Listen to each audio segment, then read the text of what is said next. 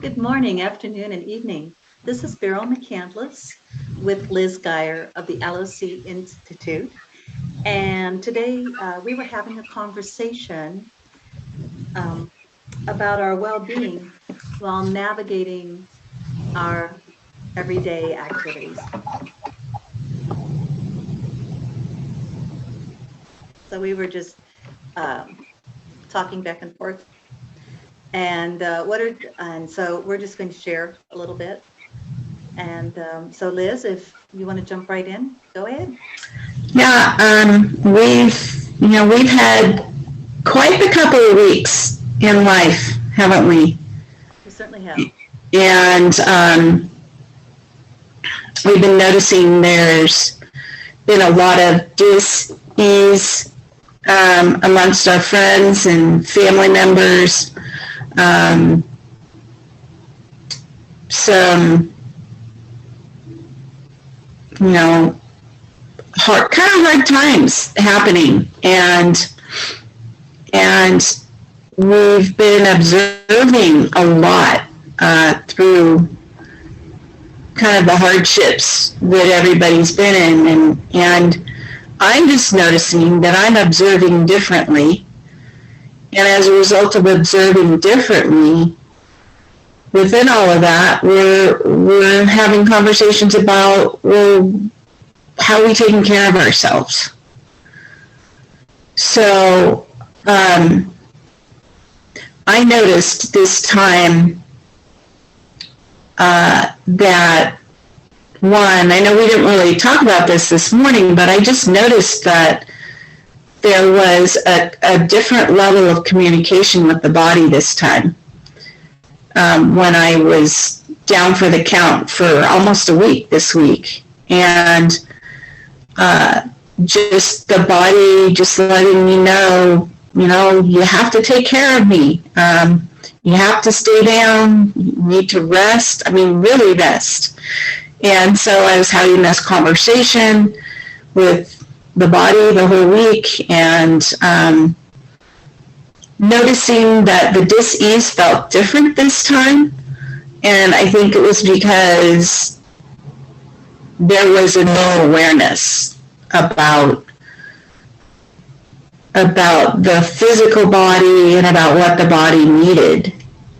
And I felt like for the first time in my life that I could feel my body and feel what it really needed, and just respond differently. Like, always before I would say, oh, I'm sick, and just kind of go to sleep, but literally go to sleep, like not be in communication with the body at all, and have a conversation with my body.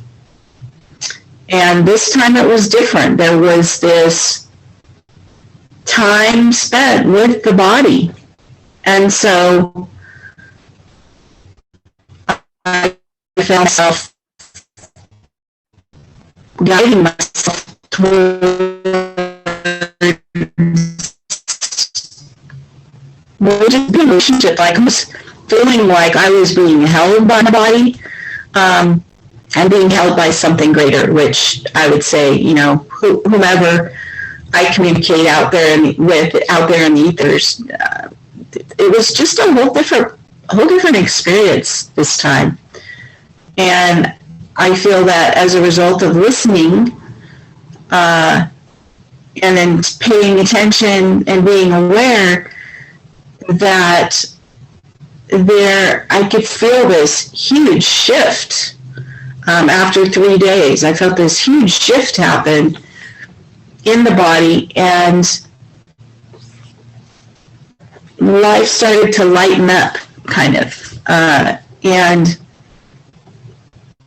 so I don't know if anything's coming up for you around that, Beryl, but yeah, so what do you think? Absolutely. The dialogue with my body has really changed. Like you, I would say, I'm so tired, or I just hurt today. or I'm not getting enough sleep. And now I'm really observing what's going on before that pattern track in my gray matter is or has been recorded. It starts. So for instance, like the new experience, kind of interesting, the new experience I have with sleeplessness is different than the past.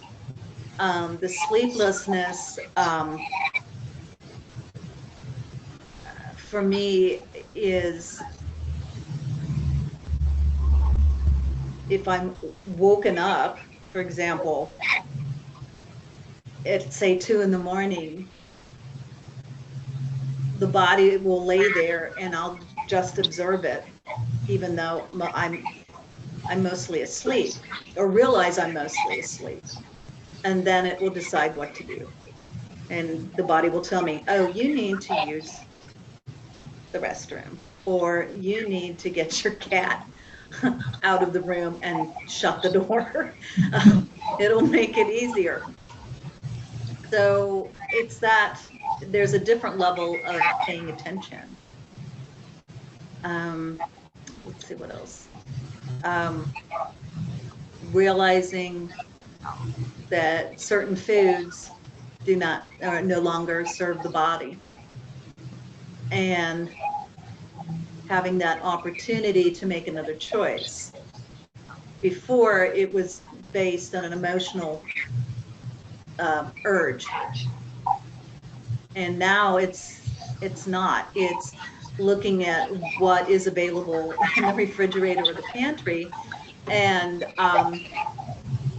making an informed decision. You know, I noticed that too. Yeah. There's that pause, that 10-second pause where you can take the opportunity to say, okay, this or that. And if neither looks good, I can walk away and forage in the refrigerator, for example. And water also. I was never much of a water drinker. And now it's like lemon water is right by my side. You know, and when I'm not drinking lemon water, my body is saying, really thirsty, drink more. Okay, and you know, these conversations have appeared off and on, and it seems like it's the same old thing, or the same old, you know, of taking care of. And I think the difference, or maybe what made me go, is adding the word well-being. The well-being isn't just about the body. It's about the mind, it's about the emotions, and it's about the spirit. So it's all included. Yeah, definitely. We're honing in on it. We're honing in on it now. And I know, you know, we've been in this work with Newfield, and it's eking out everywhere. And causing us to observe differently. And one of the things we're learning is that if we observe differently, then the action that we take might be different and might be better for our well-being. And then the result we get because we've taken an action that was different than we would have before, is that the body hears, sees, feels that we're responding differently, and then we get more clarity, I think, for ourselves. I've also noticed that during this huge shift that my spirits really lifted. And it was like once I became more in tune with the body, and the body recognized that I was in sync, then I don't know, everything just really lightened. And then I was drawn by the voice of the body to go out into nature. And I mean, I've done that. And this is one of the strategies of well-being that I use all the time. But this time it was different. I mean, it was Snow White and the Seven Dwarfs come to mind, you know, when she's skipping through the forest or whatever. I was just finding that there was just this lightness when I went out into the garden. And then I ended up going to the nursery yesterday and finding one of my favorite plants on the planet that I haven't found in a long time. It's a night blooming jasmine. And so now I'm beyond excited to see what happens in June, because the plant will start blooming in June, and it just brings back really happy memories for me of smelling it through my bedroom window when I was little. And so I'm really excited about that. And I got some other plants as well, but just taking care of the plants and being outside. And we have a breeze happening here right now, and feeling that. And I also have a star jasmine in my backyard, and the star jasmine is starting to bloom, which I love. And so just being in that was really, really, really helpful to the body. And so I know we've been saying this forever and ever. I feel like that going out into nature, you know, that's a strategy to assist us with moving through the dual nature of what's happening in the world. But I feel it at a deeper level. Like it's almost like there's some new magic, that's come into play to assist us. So I know you were talking about going to the park. Talk about that, because that was really cool and what that meant for you. On the weekends, my husband and I take our 14-month-old dog, of course, on a leash, and so we discovered a new park, and it was very family oriented, and you could just feel the imprint of that, the laughter of the children, and the dogs in their little dog park, and mothers pushing strollers, that sort of thing. So it was a very nurturing vibe, community vibe. And so we went down this one path that we hadn't explored before, and it had rained earlier that morning. We went out about 9:30, so it had rained early, so everything was just still kind of wet, and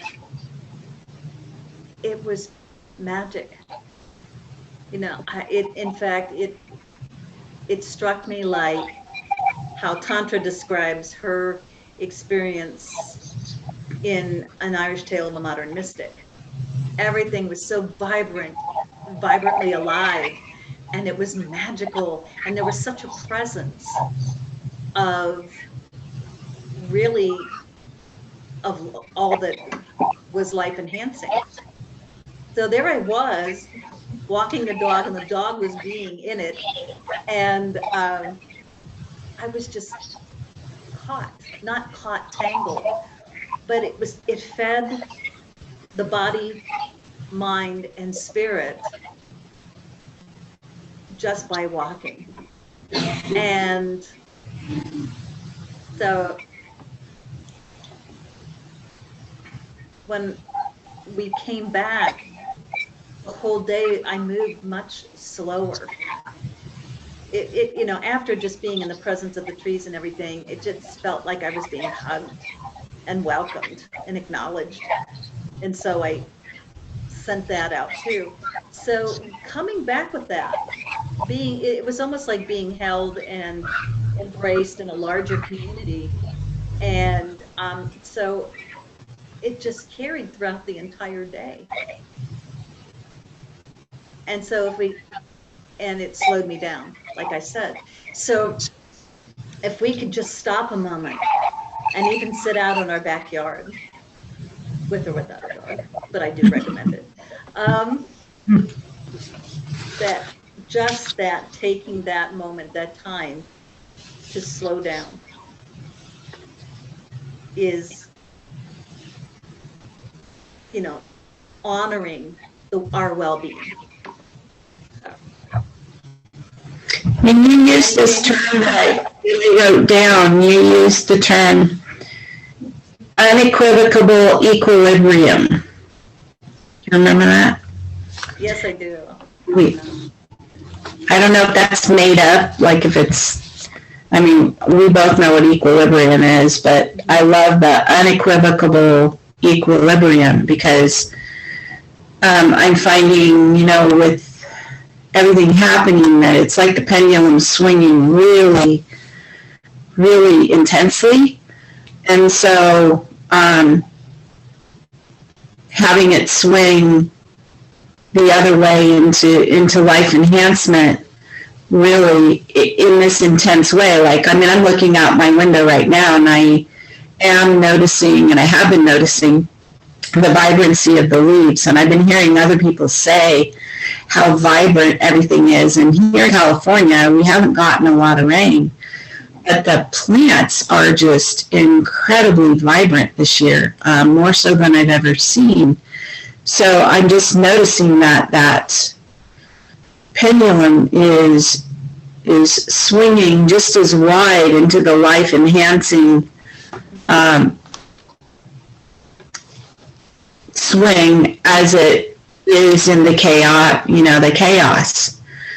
And so I feel like, if we can have this unequivocal equilibrium, that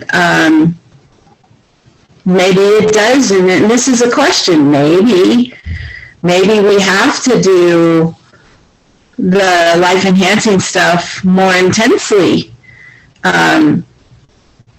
than we used to. Or we have to be with that activity more intensely, the life enhancing activity more intensely and intentionally, so that the pendulum will swing out wider to cause that equilibrium. That's something new.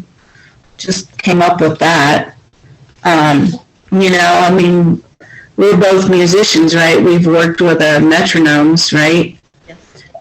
And they're very programmed, but I see this pendulum just like really swinging out wide to bring things into equilibrium so that we're balanced. So that's interesting. Now I know what you think about that.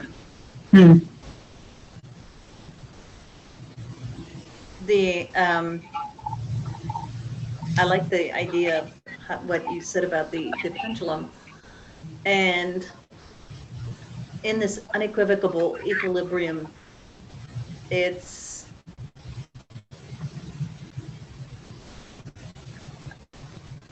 I see it in body, mind, and spirit. It encompasses everything and connects everything. And that those two words came to me today together. Beforehand, it was equilibrium. I've been very curious about equilibrium and how that navigates and lives in the body and in the mind, emotions, and the spirit. And how do we go about really deepening that exploration? And what came to me was our sentient registers. So and then of course bringing in the templates. Yes. Right. So that's what observings are really, really good for, or observing beings. are good for to kind of Mhm. bring these wide swings of what's happening back into a centeredness, so to speak. I mean, that would make the two words would make a great, even craving what, right? What is, that would be kind of cool. Craving what unequivocal equilibrium is for me is, Mhm. or craving what being Yes. in unequivocal equilibrium. Yeah, So that's something to play with. yeah. That's, for me, right now it's a fascination. So I'll have to write and post that. So you've heard it, so I'm committed. I put you on the spot. Yeah. Yeah, thanks for that. Sure. No, thank you.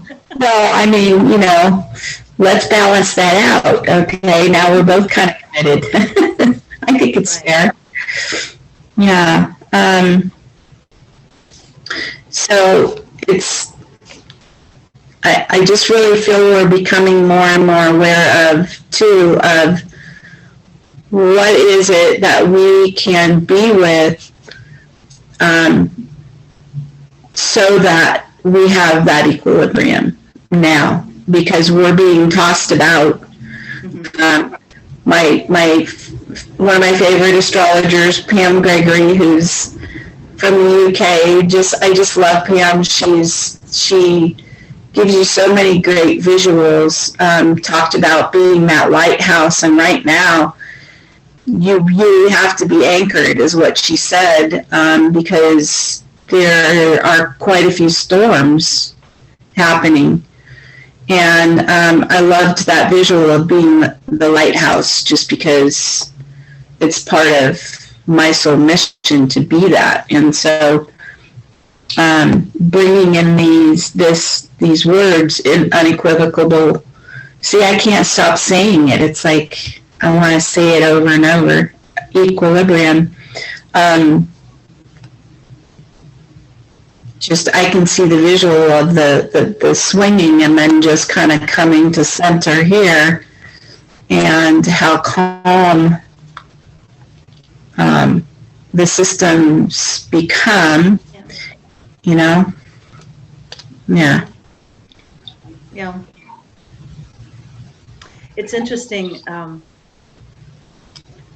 that, I'm talking about unequivocal equilibrium when St. Louis, a couple miles away from where I live, had an earthquake the other day, and it was like 2.3. And we live in a valley at the bottom of a road, and so we didn't feel it. But we had friends who lived at the top of the hill, and they felt it. And now that I look back on it, and just feeling those registers,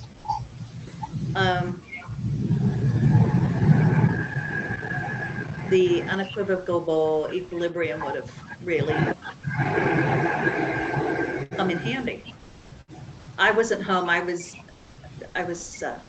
working in another area, but even my husband said, didn't even register here. Wow. Where we live. So then it's like a couple miles away. So lot of changes. Mm-hmm. A lot of changes. So, that's something to play with. It's like, well, how can I be in that play and in that practice of my well-being? Yeah, rather than getting caught up, as we as humans tend to do, with all of the sadness and grief and all of that, which brings the question to anyone listening to us today, asking yourself, what is mine to do in this world right now? What is mine to be paying attention to? And I learned that lesson this week. I got caught in the thinking that, well, I have to pay attention, I have to be aware and pay attention. And then I heard, no, that is not what is yours to do. And so it's yours to be in the life enhancement piece. And just by being in observation of that which loves life and nature, who is showing us its beautiful, bright color and vibrancy, that's where we're supposed to be right now. As simple as that is where we're supposed to be. And so it was a really big lesson. And as soon as I got that, that's when I think the body shifted. And it was like night and day. I was exhausted 1 minute, and then kind of in that contemplation of what I just talked about. And then all of a sudden, it was like I turned a corner, and the body said, oh, she got it. Yay. Okay, we can let her up now. It was pretty funny. Yeah. It's experiencing that right now. So it's slow down, take a breath. Yes. And just observe. But not observe everything that's hitting you, everything that's flying around. Just get to know what's available. So. Yeah, and part of that is writing our exercises. Yes. Yes, because that, all right, the exercises are the lifeboat. That's another analogy, I think. I mean, I've used several, but they are the lifeboat right now. And they're what will, they're a compass point. They'll steer us into calmer waters, really. That's what they do. That's right. Pretty cool. It is. It's very cool. So if you happen upon this conversation Beryl and I have had today, we're the Language of Consciousness Institute.com, and you can look us up. And our institute works with these amazing creation templates that help us navigate through life. And we're very grateful for this tool that Tantramat downloaded and has brought to us. Right. So we wish you all well and wish you a vibrant life, and we'll continue to have more conversations like this, because as observers, we're all learning together in how to navigate our well-being, right? Yes. All right, we'll take care, everyone. Yep. Thank you for joining us. Thank you.